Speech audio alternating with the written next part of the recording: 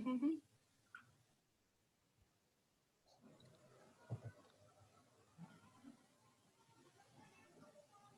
don't know, it's 5 past. Should we start or? Yeah, I think it's better that, Okay. yes. Okay, so welcome everybody. Before we start, there were a couple of comments that are very, so what you just mentioned, Angela, so the club experience, probably we're going to use the last meeting.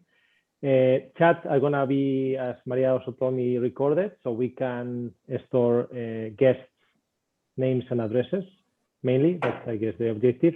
But there is no guest yet here, so I was going to say, please share your name and an email. So I will do maybe later, or maybe you can remind that, Camila, during the speech, or I will do at the end before we finish.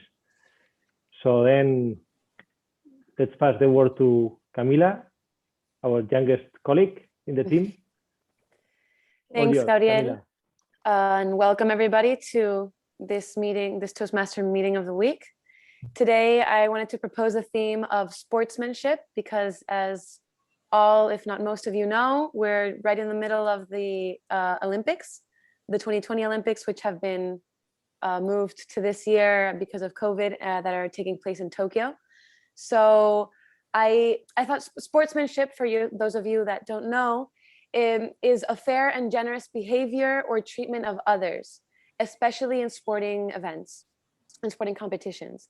And during these Olympics, as we see in many Olympics, and most of them, I think, there have been quite a few acts of sportsmanship that I'll comment throughout the meeting that I think are very important to take notice of. And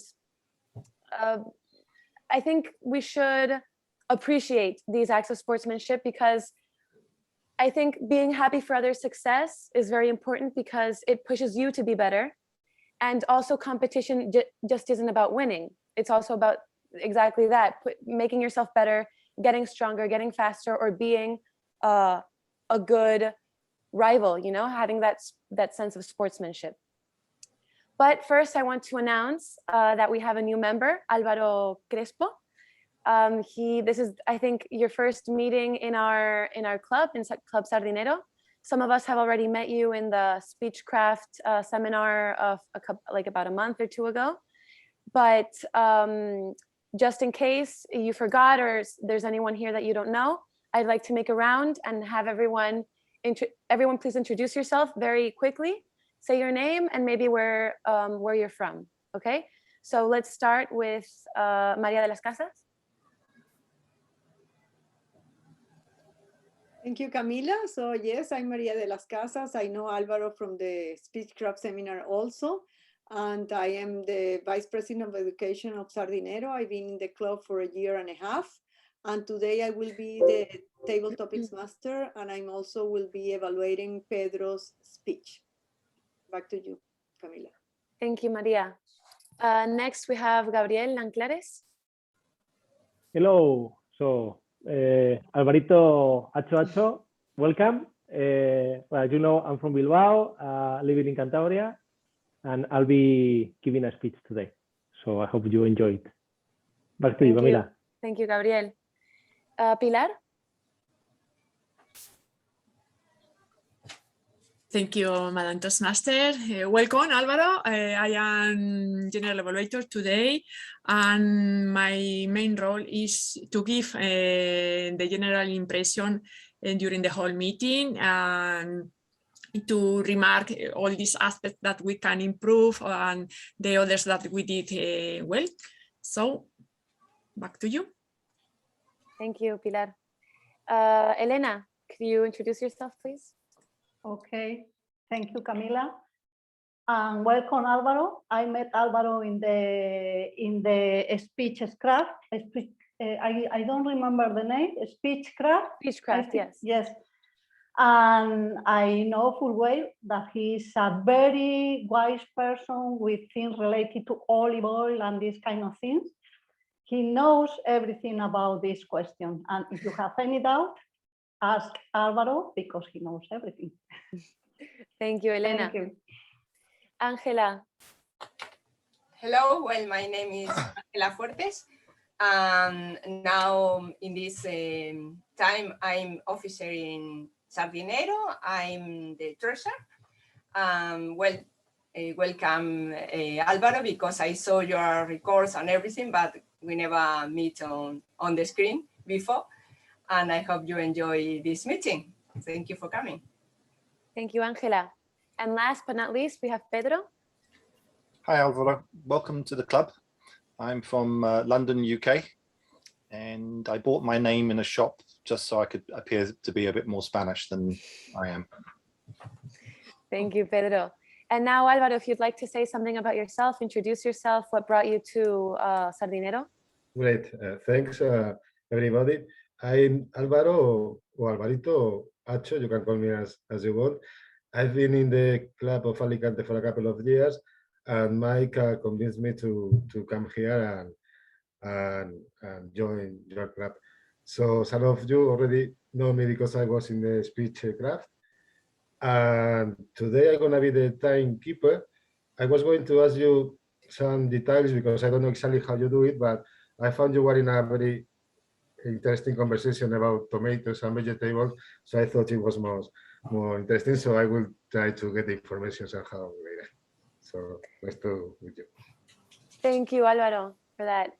So next I'll be introducing the roles, but for being timer today, I'll give you a short explanation.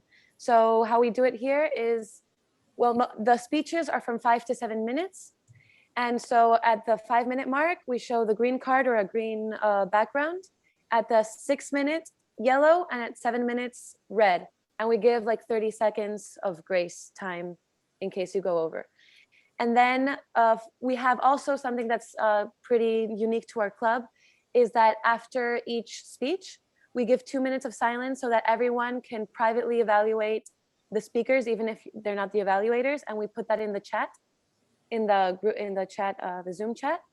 And you will have to time that as well. Just put the red card, or just turn on the microphone and say time, so that we know when it's over. And then the evaluate, yes, 2 minutes. And then the evaluator can come after that, which has 2 to 3 minutes. And then we'll, again, the time, green, yellow, and red. And then for table topics, we have 2 minutes as well. And for the general evaluator, 3 to 5 minutes. And yeah, that's about it. Okay. So if you have, Maria. Yes, I just shared the agenda in the chat. If you want to take a look, all the times are specified in the agenda for your information. Easier than than trying to keep track of my explanation. Thanks, Maria. I already checked the agenda, so I understand. And I just have to time the times that have a time. You know, when you get 5 or something like that. It's the only thing I have to time. No? Is that right? Yes. Okay. Yes, that's right. And the 2 minutes that I told you before between each speech, that I don't know if that is in the agenda or not, Okay, but just keep that in mind. Got it. Okay, so let's go on with the meeting. We have our roles today. Angela Fuertes is our grammarian and accounter. Please, Angela, could you explain your role? Okay, my role, first of all, is to tell you the word of the day. Try please use it during your participation in the meeting, in table topics, or your speeches, prepared speeches, or your evaluations. So I'm going to type this word, and I have chosen perseverance. Perseverance, well, I think is quite relating with the Olympics game, because all of us need to have perseverance to be successful. One of the synonyms of that is determination. Another one is tenacity. And I think if we are all in August having a meeting and instead of be outdoor somewhere, we are here. I think we have some perseverance with the Sardinero. So please try to use this sentence during this word during your participation. And I'm going to take notes about some feeling words or maybe the use of some language we can improve in our participation. That's the role of word of the day, the accountant and grammarian. Thank you, Camila. Thank you, Angela, for that great word. And before I go on, I'd like to ask you, if you were to be an Olympian, if you were going to compete in the Olympics, what sport do you think you would be good at? Which one do you think you would persevere the most at? Which one would you compete in? Well, I'm not very good at the sports, but one of them that I tried before, and I think not too bad, is archery. Archery, that's interesting. Yeah, I did it before. My dad have done this sport, and now in the Olympics, I think this is the only the old one, and it's quite well.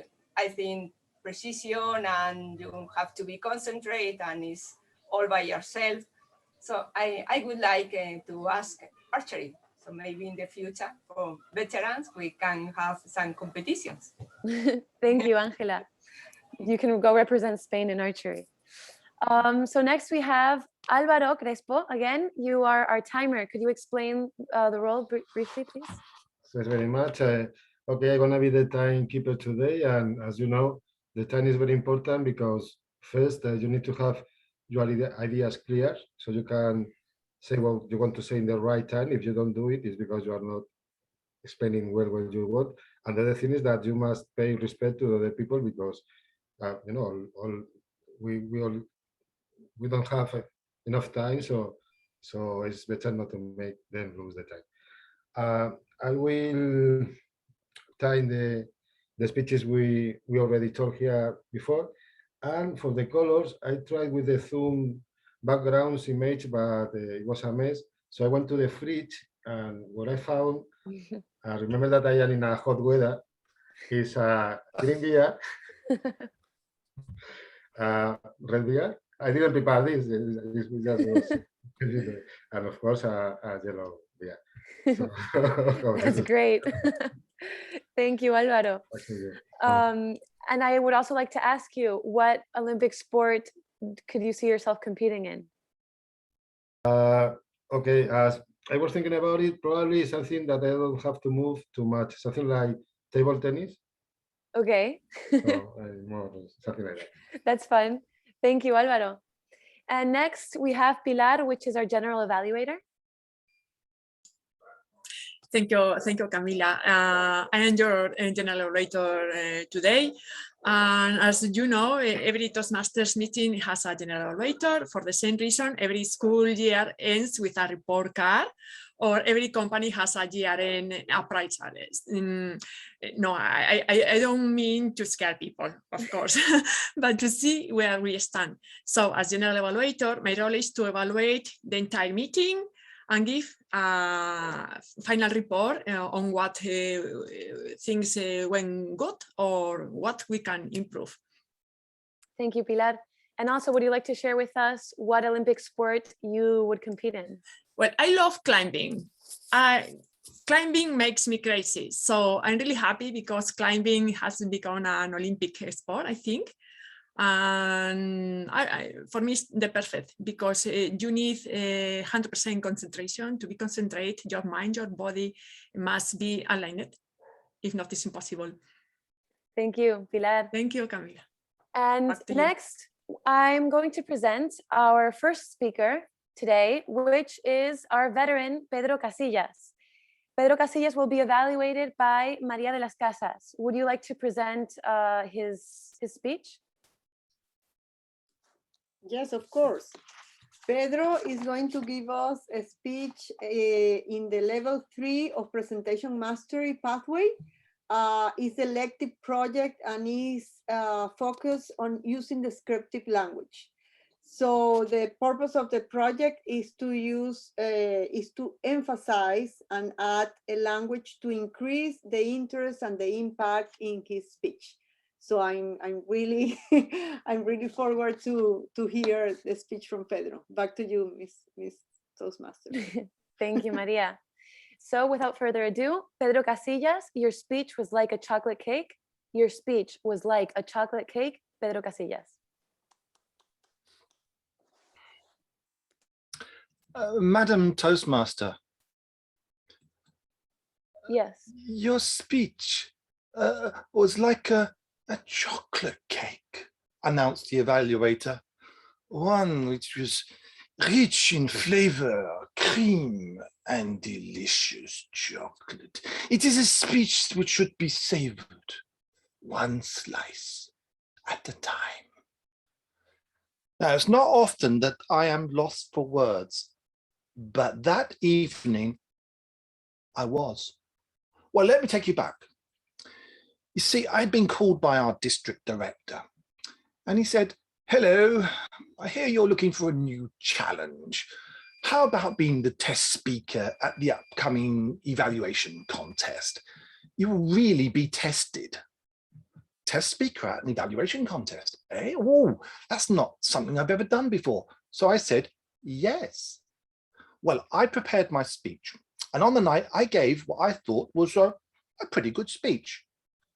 And then the evaluations began.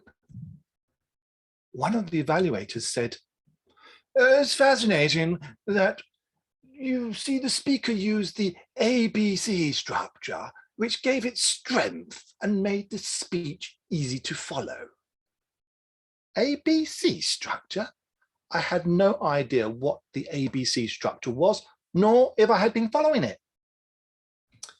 Another contestant then said, "Well, your speech reminded me of the Matrix, complex, ephemeral, and utterly charming."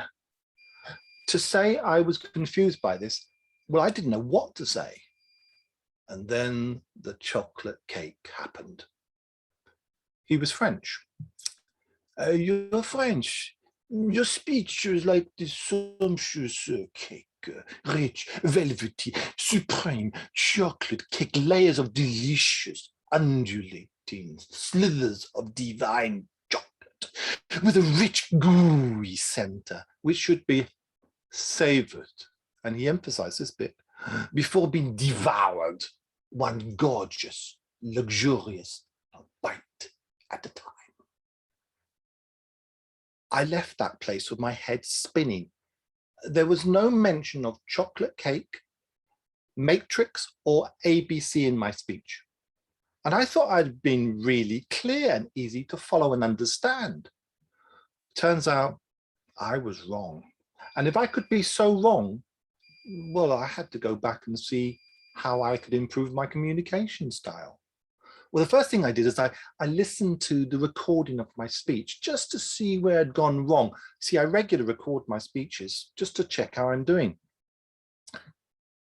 Well, it turns out that I was as clear as mud. That is to say, not very clear at all. It was very depressing. So I needed help. Who was I going to call? Then I remembered an old school colleague. So I gave her a call. Well, she listened to the speech and she said, "The speech was very good, but very complicated, too fussy. You could cut it down to bare essentials by using a technique we use in school to help improve, come across a better speech. We call it the tell 'em approach. It's like this. You start your speech, you say, tell them what you're going to tell them. Tell them what you're going to tell them. Few examples, and then you conclude by telling them what you've just told them. Very simple, very powerful." I looked at her, open-mouthed, incredulously. "Well, what? Don't try it. Don't knock it till you've tried it. Tell them what you've got to tell them. Tell them what you've just told them." It sounded really weird to me. But what did I have to lose? So why not give it a go? What, anything else I could try? "Clarity," she said. "Clarity is the key. There are a couple of things you can try. One is you speak too fast. Slow down so the audience can keep up with you. Pause. Try pausing. Pausing, very powerful. Let it be your friend. Pausing 2-3 seconds after paragraph. You should consider the important point. Give your audience time to think. Short time, give them breath. Pause, pause. But keep looking at audience. Pause. Finally, emphasize. Emphasize certain difficult words. Emphasize, this works well. Emphasize. Remember, pause, slow down, emphasize, emphasis, emphasize. Got it? I was shocked and shaken by all this. To this day, I still remember the words, your speech was like a chocolate cake. Well, there was something that shocked me about that, and it shocked me to the core of what I thought of myself as being a good speaker. And after hearing the recording, I knew I needed help. Well, there's a saying that goes like this: ask and help will come. Well, I put aside my pride and I asked for help, and I'm glad I did, because even though she sounded a bit strange when she was talking, the tell them approach that she had helped me to review and update how I was communicating.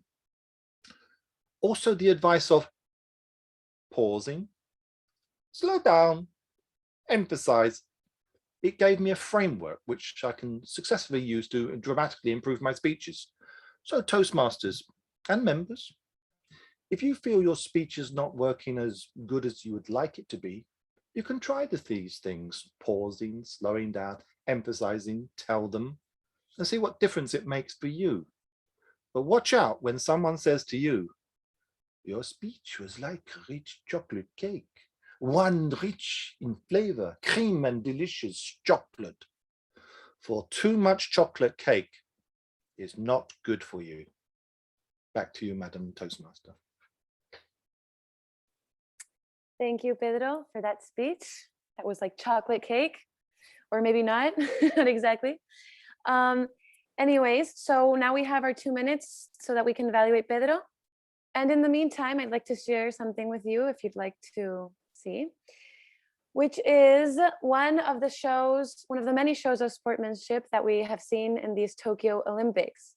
This was right after the South African Tatiana Schoenmaker, I'm not very sure how to pronounce her name.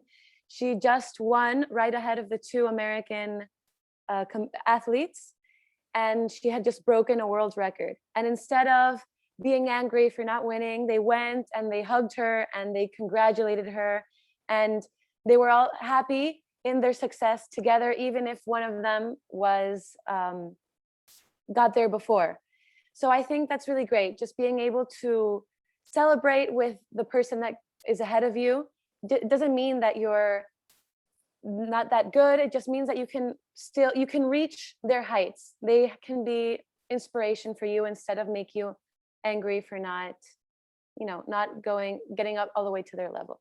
So that's one of the big shows of sportsmanship that I saw there, and I really I liked it very much, seeing them celebrate all together.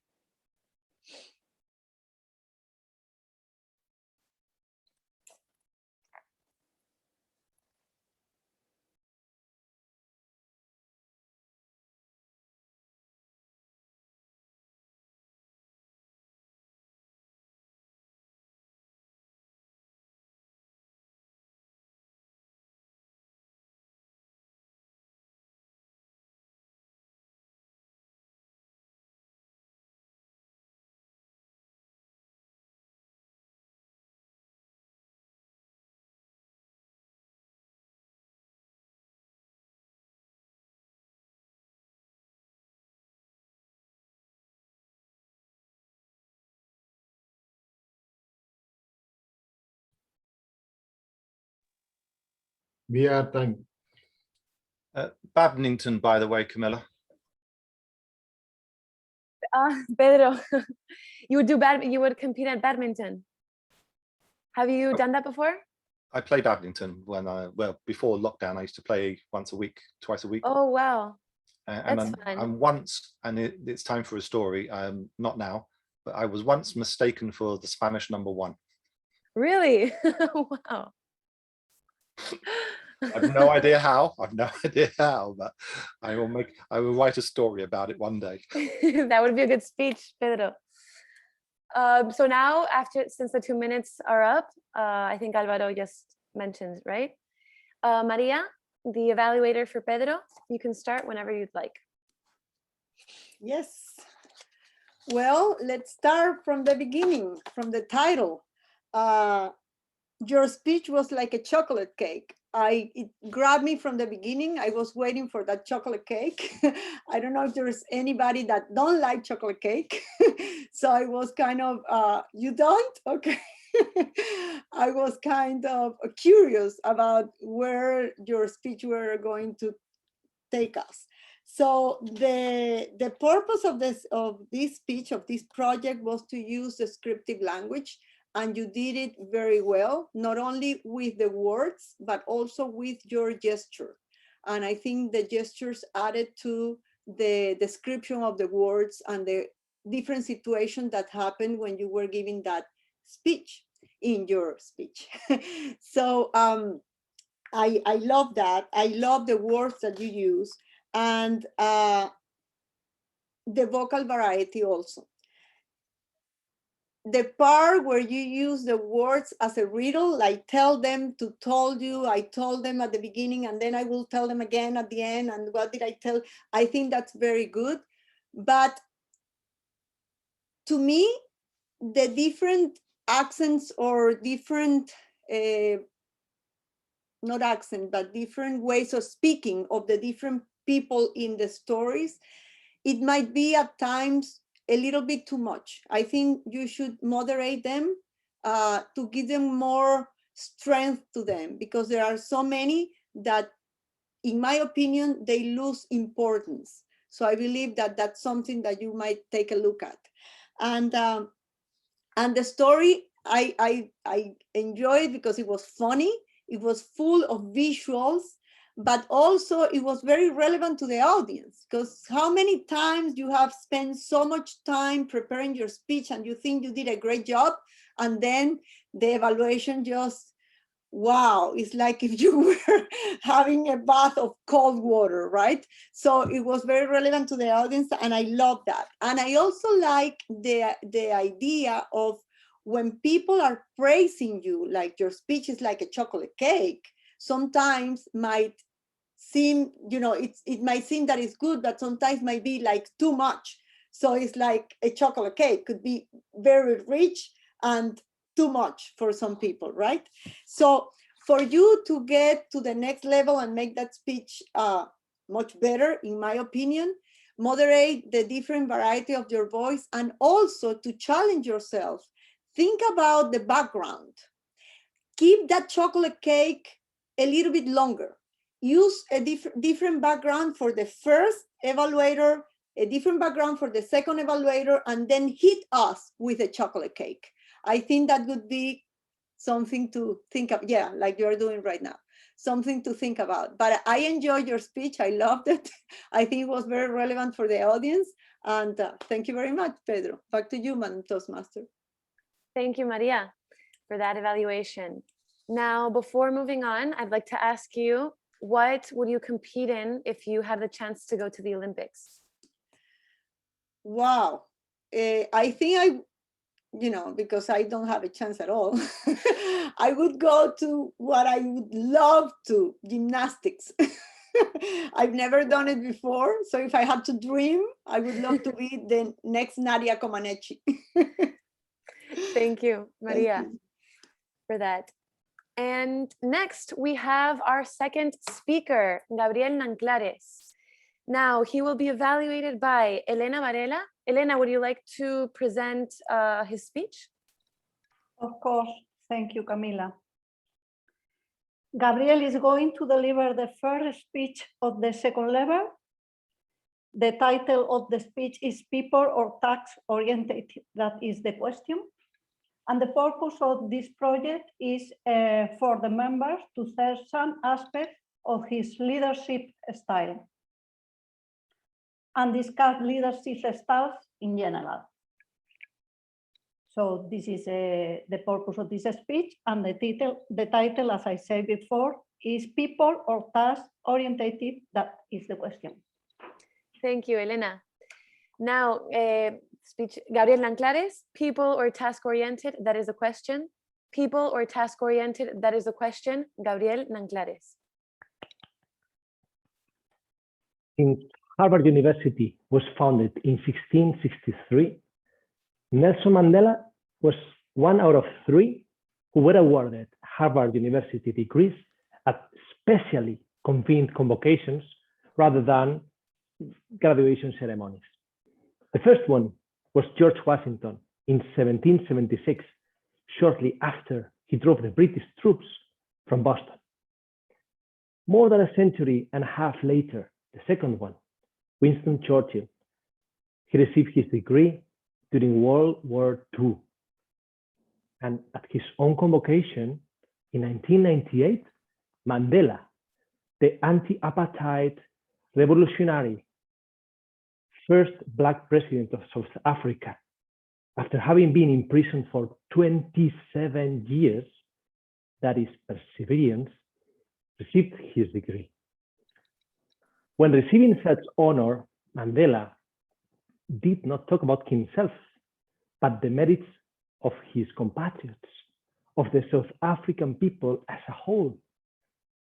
Sounds like teamwork, maybe? Dear Toastmasters and guests, today I will touch a bit on my leadership style, but more importantly, I will talk a couple of examples about Mandela's leadership style. After having passed level 1 of effective coaching pathway, I realized it had been a long time, so I decided to get back to base camp and prepare a new speech. So I went to 2.1, understanding your leadership style, and realized I had to fill in a questionnaire in order to know what my predominant leadership styles were. I was really intrigued and I did it right away. So as a result, I discovered that my predominant leadership styles were altruistic and democratic, and the least ones were bureaucratic and pace setting. So there were lots of information on each of the leadership styles, pros and cons, etc. But as a summary, I realized that my main leadership styles were people-oriented, which in the end are related to teamwork, focus on empathy, avoidance of any conflicts at all. That's why I hate evaluating, right? And then I realized also that the least ones were task-oriented leadership styles, which in the end prioritize task over people. I have to admit, I'm not a fan of task-oriented leadership styles because it might be useful sometimes as pathway suggests, right? But when you set the tasks over the people, people might suffer the consequences. That's actually what I witnessed in some corporations, where the final objectives are more important than the people's well-being, and in the end, the result is colleagues taking sick leaves due to stress. So I was, having this, okay, what should I tell or how to move this? And then I looked in Google to look for some inspiration, and I typed most famous people-oriented leader, and then I saw Mandela. So I decided to tell a couple of examples on his leadership style. We all probably know the Oprah Winfrey Show, right? So Mandela was invited to that show, and while interviewed by Oprah, she explained that Mandela was one of the, and then she corrected herself, the most humble person she had ever met. And to reinforce that, she told just an experience they had just lived. So Mandela arrived to the studio, to the room with the producer, and he asked, "What is the subject of today's show?" So the producer could not believe that question and immediately answered, "Nelson Mandela, you are the subject of today's show." Later in the show, Oprah asked Mandela how to be a peacemaker for those of us who do not lead a country like he did, but lead families, teams, or even our own lives. Mandela, in what I found to be a very, very inspirational message, and the final takeaway today, shared the following two thoughts. The first thing is to be honest with yourself. If you can if you can never have an impact on society if you have not changed yourself. And one of the most important weapons in changing yourself is realizing that people everywhere in the world want peace. And then he continued, but humility is one of the most important qualities which you must have. Because if you are humble, if you make people realize that you are no threat to them, then people will embrace you. Back to you, Camila. Thank you very much, Gabriel, for that inspirational speech. And now we will have our 2 minutes to evaluate Gabriel while Elena prepares her notes. So I would also like to share with you another of these acts of sportsmanship.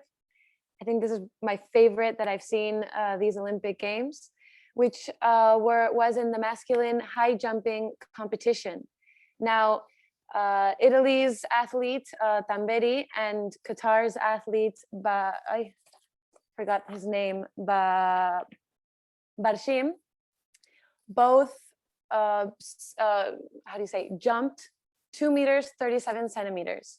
The thing is, the next height, which is 2 meters 39, they both failed 3 times. So they were stuck with who should be the winner. And when presented with the option to have a jump off to see who wouldn't fail, Barshim asked the Olympic officials if they couldn't have 2 gold medals and both of them would win, right? The official said that if they were willing to share the medals, that it was okay. And right then, the Italian Tamberi just jumped on top of Barshim and hugged him because they were both so happy to be sharing this honor, this gold medal. And even though they persevered and they were both at the same level, they both had the word in English left me. Se merecían. They deserved that gold medal. They both deserved to win. And together they put aside their egos and decided to share the gold medal. And I thought that's one of the best examples of sportsmanship that I've seen. So that was very inspiring to me.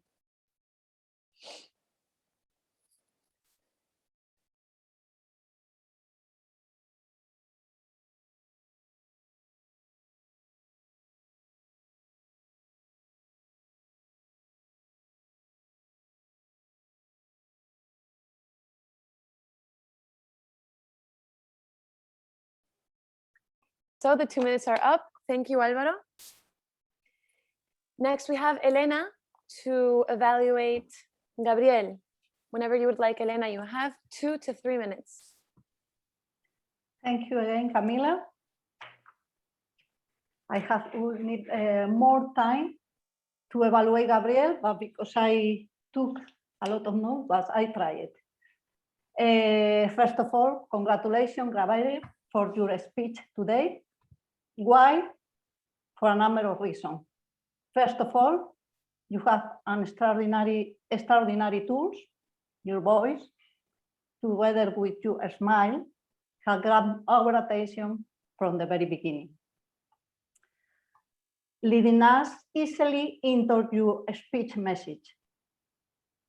Secondly, you have used nice vocabulary, but I need to look for my notes, and I don't know where my notes are, related to the Nelson Mandela words, but I can't find the notes right now. Something related with humility, and I don't know where I took my notes. But anyway, you have used nice vocabulary, you well articulate, all of the words has been greatly enriched the speech. You look comfortable and relaxed throughout the talk. Maybe my only recommendation would be try to end the speech in a most powerful way, giving some examples about Nelson Mandela, but because of this kind of personality was so strong, maybe you can choose one way to give some example stronger than you have used to end the speech. But anyway, your speech has grabbed my attention from the very beginning, as I said before. And congratulations, Gabriel. Thank you very much. Back to you, Camila. Thank you, Elena, for your evaluation of Gabriel's speech. And before we go on, Elena, I would like to ask you, and also Gabriel, because I forgot, what sport would you like to compete in if you were able to go to the Olympics? I think swimming. Swimming. Yeah, because if you're too late, you can always sink. That's good. Elena, what sport would you like to compete in?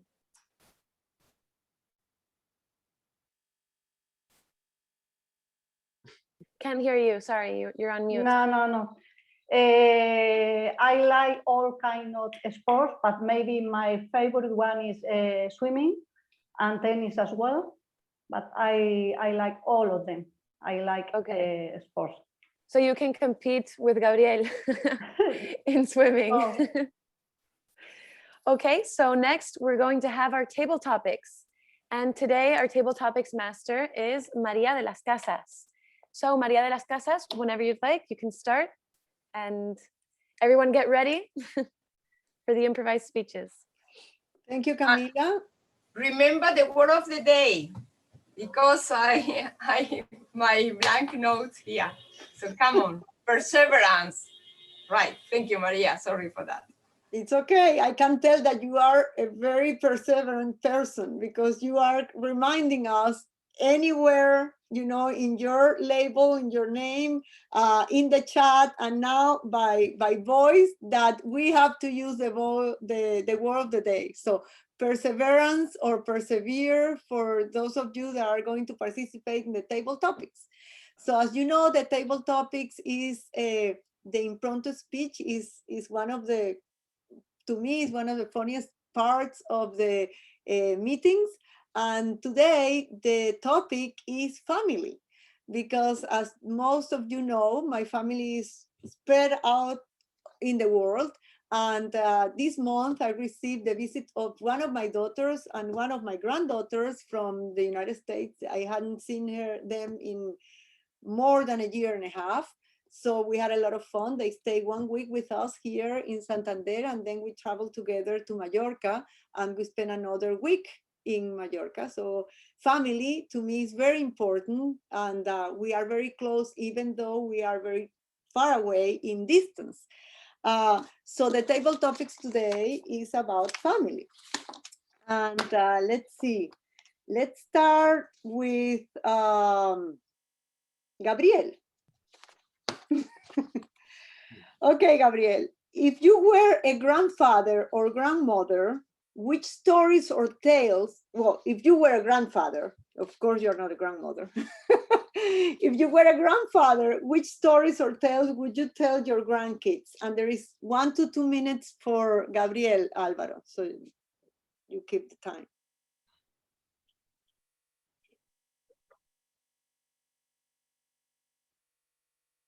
Well, I will tell them the story of a young lady who went to a school to learn the language.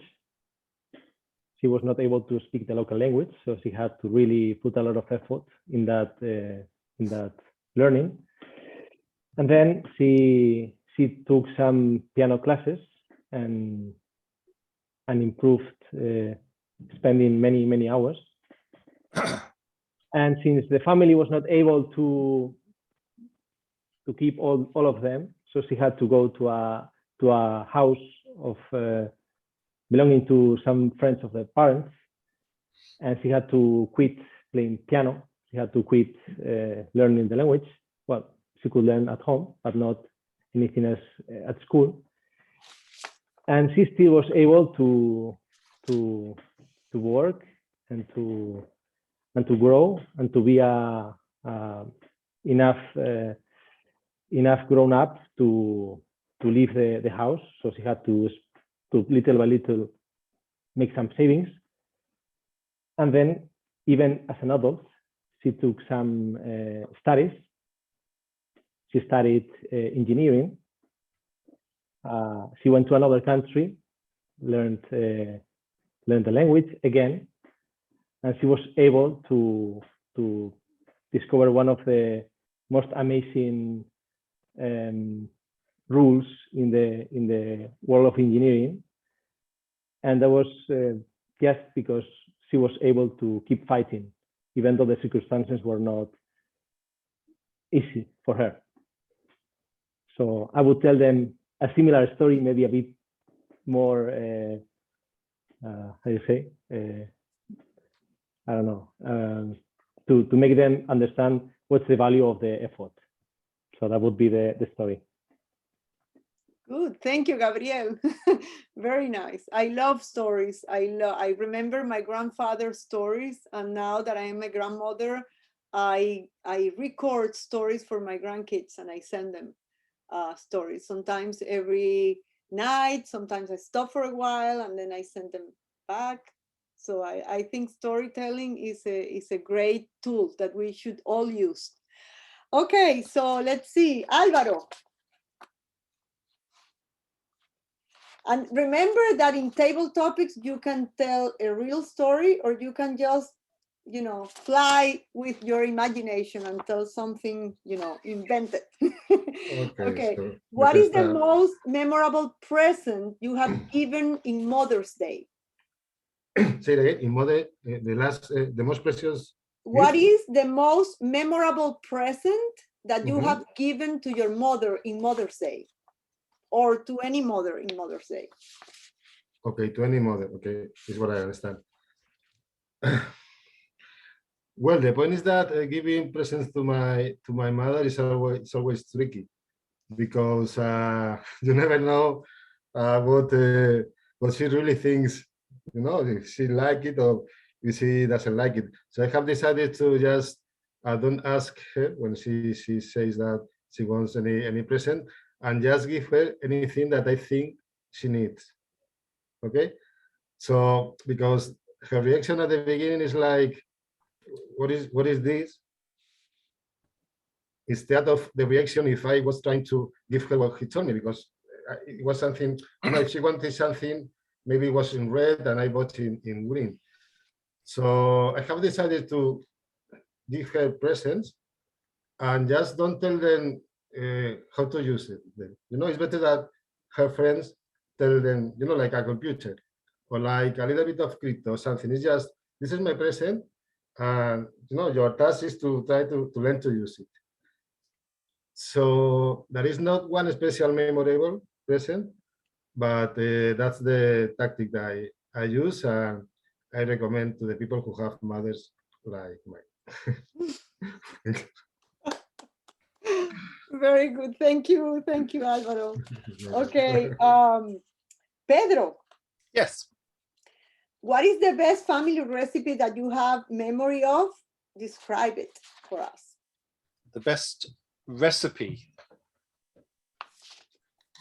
The best recipe that I can remember is a paella. And my mum comes from Ireland.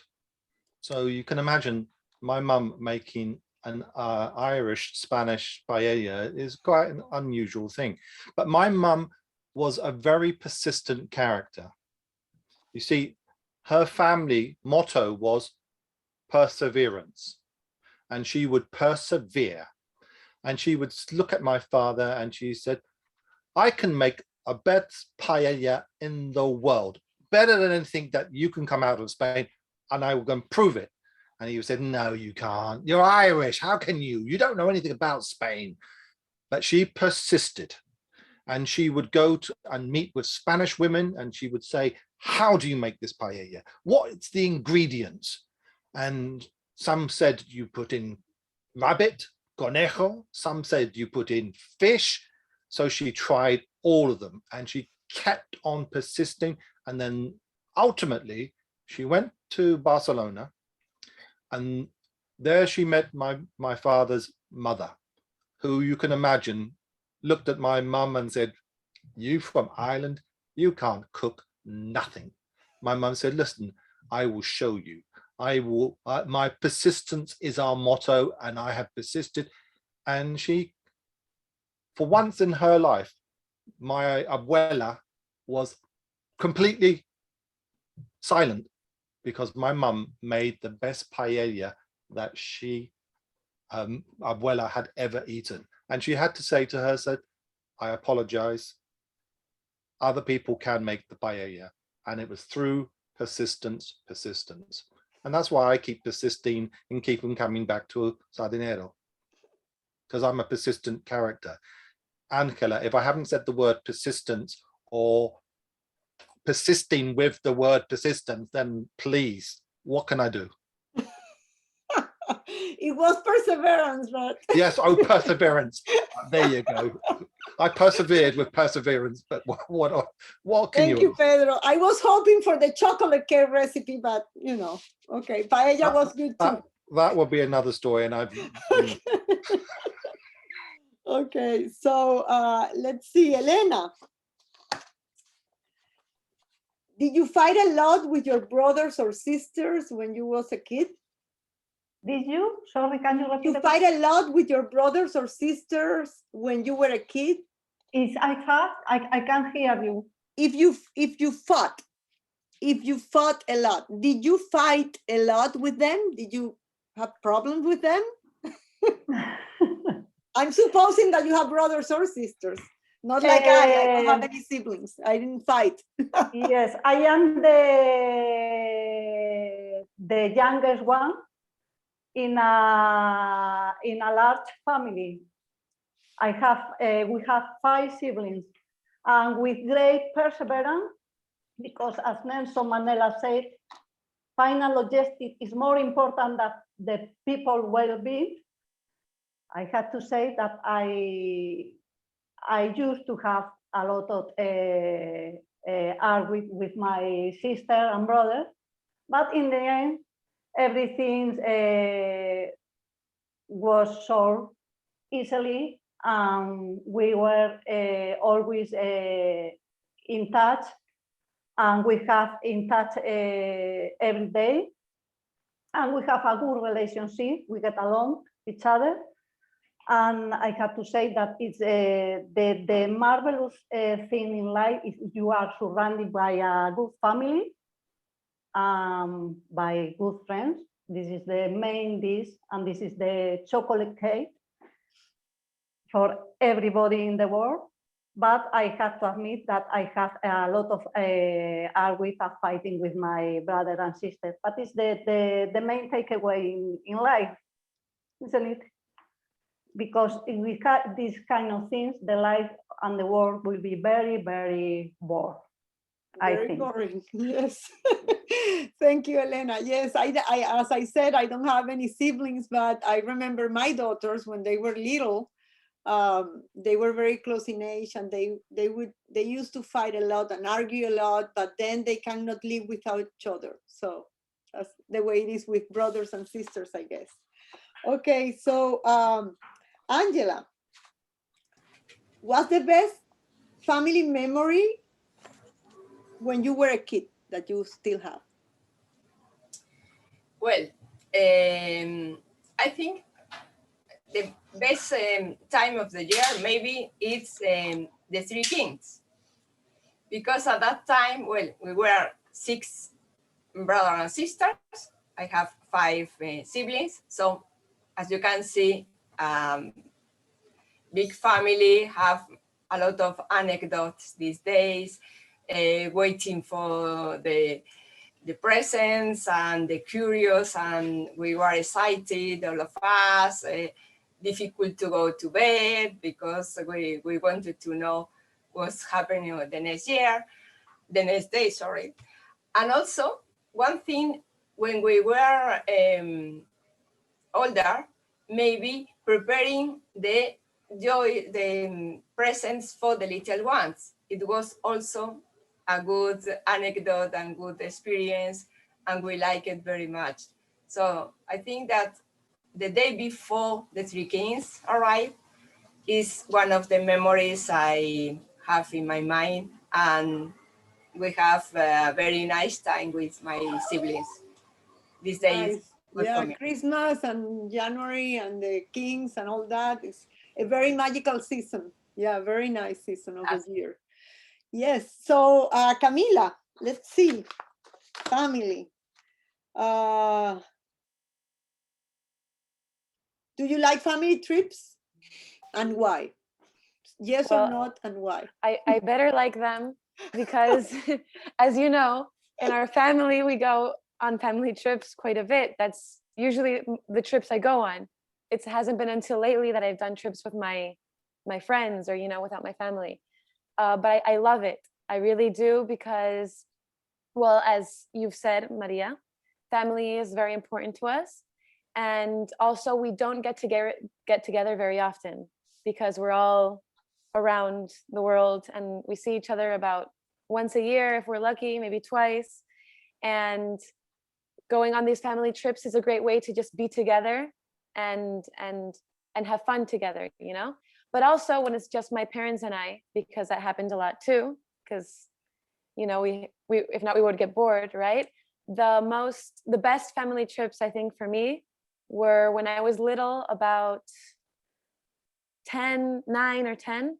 We started going on camping trips, and we would go, my mom, my dad, our little dog, our beagle, and I, and we would go on these amazing camping trips. So first we would go in the car for 3 or 4 hours, maybe 5 hours, until we got to a campsite that was usually next to a lake. We had a canoe, so we would go around in the canoe in the lake. We would throw our poor dog. She hated the water. We'd throw her in to make her swim. And then we would just, you know, eat by the fire. And my mom was able to make anything that she would make at home. She would be able to make it in the campsite on the fire. I don't know. She's a superhero. I don't know how she did that. But she would make arepas. She would make steak. She would make, I don't know, vegetables and whatever. I don't know. Anything that we would have at home, we could have in the campsite. So that was a lot of fun. And also, another great part about family trips is that that's the only time that I get spoiled. So when I was little, if I wanted, I don't know, candy or, you know, junk food that I wouldn't usually have in the road trip, they would let me have it. Or maybe, you know, I would get ice cream every day when I usually wouldn't. So that was always very, very fun. And still now that I'm older, I love going on trips with my parents and my mom. I went to Israel, I went to Morocco with her, and it's just a lot of fun. So thank you, Camila. I never made chocolate cake in my family trips, but I will try next time we'll go camping. Okay. Well, Pilar, I think I haven't asked you yet. So what was it hard to share your bathroom with your siblings when you were a kid? Wow, let me some seconds to think about it. Wow. Well, it wasn't especially difficult for me because this time I used to get up early. So I always was the first having breakfast, using bathroom. I have 3 siblings. They never have enjoyed getting up early. So it wasn't really difficult. We were all the time outdoors, playing, doing these crazy things that children love doing. And we didn't like too much water. So it was, well, when our mom asked us to go into to have a bath, it was the worst time during the day, because we love it, being playing all the time with any type of things, animals. We live in the countryside for years, and it wasn't a special moment for us, but in any case, it was funny. I remember that I avoided fighting with my siblings because, well, I am also the oldest, and it was like, well, they are very little. I consider myself I was adult at this time, It was funny because we are four. For our man, it was crazy because she was fighting with us at this time. Well, it was funny, but it That's was nice. especially difficult. Yeah, thank you. Back to you, Thank you. Madam Table Topics. Yeah, I remember seeing some TV shows where I don't remember the name, but it was a big family. I think Brady Bunch something, and I remember the fights in the movie in the TV show for the bathroom. You know, like everybody running in the morning. You know, it was good that you woke up early. So anyway, it was a lot of fun sharing all these family stories with you guys. So back to you, Madam Toastmaster. Thank you, Maria, for those interesting table topics. It brought back a lot of memories. And now I'm going to ask each of the roles that you had, the grammarian, the timer, the general evaluator, for your reports. So first, I'd like to ask Álvaro, how were we with the time today? Thank you very much, Camila. It was a great idea, you know, drinking beer because you can have fun at the same time you are timing. So the first one I timed was Pedro. Pedro, your speech took 6:20, so I couldn't get to the red beer. So I was a little bit thirsty, but was not that bad. Was more or less. But Maria did it much better because I took her 3 minutes and 10 seconds. So I had enough time to enjoy my red beer. So great, Maria. Gabriel, well, Gabriel, you know, we are kind of friends, but you know, it was 5:48. You know, I couldn't even this one. So you know, is you know, I know you are in Santander. You don't need to drink that much, but you need a little bit longer. Last one was Elena. Elena was 1:55. Elena, you need to go to the Mediterranean or whatever and understand why people need to drink because you know it's hard to do this job. Well, yeah, that was all. I want to drink something. But Thank you, Álvaro. Next, I'm going to, well, I just realized I made a mistake. Usually the general evaluator is the one that asks for the reports. So I'm going to pass it on to you, Pilar, so you can ask for the rest of the reports and give the evaluation. Sorry about that. Thanks. Don't worry, thank you, Camila. So my team, as usually is in this club, is grammarian and counter and timer. As timer report was given by Álvaro, I would like to ask Angela as grammarian, please welcome and let us to know your report about the use of the word of the day. And any other recommendation or suggestions? Okay, thank you, Pilar. Well, one of the things is Pedro is the winner. So he uses the word and all the variants about this word, perseverance and pursuit and everything. So thank you to be aware of the word of the day. And Maria, 3 times I count, Camila, maybe 2 or 3, I'm not sure. Elena, once, 2. For the moment is my notes. And about the use of the vocabulary and our feeling words, I not counting myself, of course. At this time, it's not my role.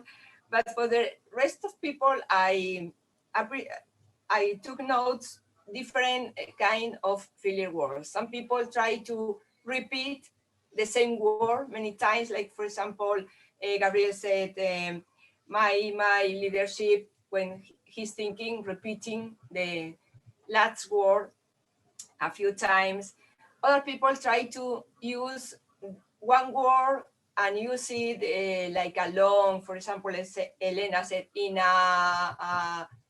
try to think about it and use too long the word, the last one. And Camila too, like and, maybe sometimes. And some people like Pilar use because typical, is very typical.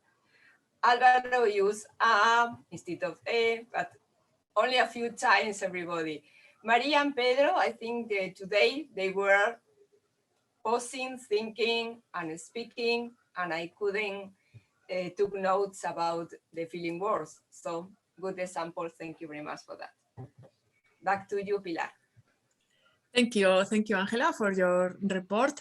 Today now I am going to give an overall evaluation of the meeting.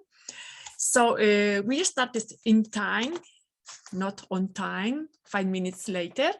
5 minutes late, but it's not something that must be worry us. In any case, should be a recommendation about our club to start on time our meetings, especially if we have a guest. That is not the case today. According to the agenda, we did really well. Each section was really well following the time, and I would like to evaluate a table topic section. It was presented by Maria. She presented us a very funny and creative and inspiring table topics that brings up memories and stories about our past, that which allow us to know a little bit about every one of us. That is always great for us. These table topics allow every member to practice impromptu speeches, that is marvelous to improve our public speaking skills. Gabriel, Alvaro, Pedro, Elena, Angela, Camila, and myself, we spoke quite good. That is something that I will remark. Angela as grammarian did well, remembering the word of the day that in the middle of the meeting, and Alvaro as timer gave his report really well. We have to say that despite we are in August and most of us are enjoying our holiday, the energy of the group was marvelous. So congratulations everybody, because the meeting was great. It is being great because we haven't finished it yet. Madam Toastmasters, back to you. Thank you, Pilar, for your general evaluation, and thank you all for your participation today. I would just like to talk about one last moment of sportsmanship among many that we have seen in these Tokyo Olympics. And it's the case of Jewett and Amos. They are runners they were running in the 800-meter race. And Jewett was about to come in second place to win the silver, but he was tripped with Amos. They both tripped and fell to the ground, losing the race.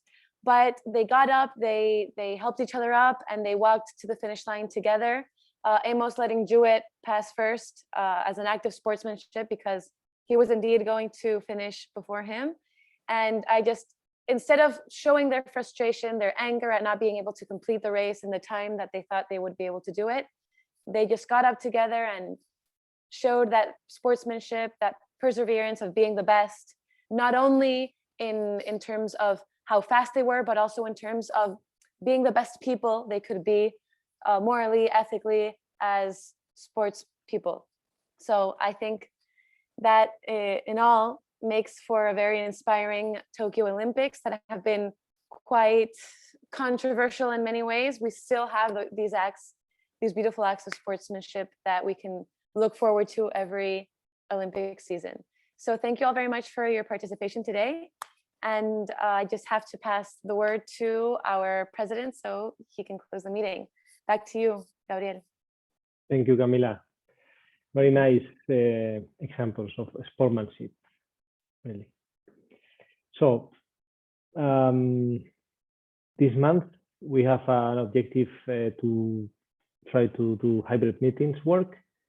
but I got to know today that we might not have Wi-Fi in the school in August, so we need to see if we can maybe substitute that by some mobile but I mean, we got more or less the list of things we need depending on the Wi-Fi, so probably we'll try, we'll see when we can go maybe a few there and try.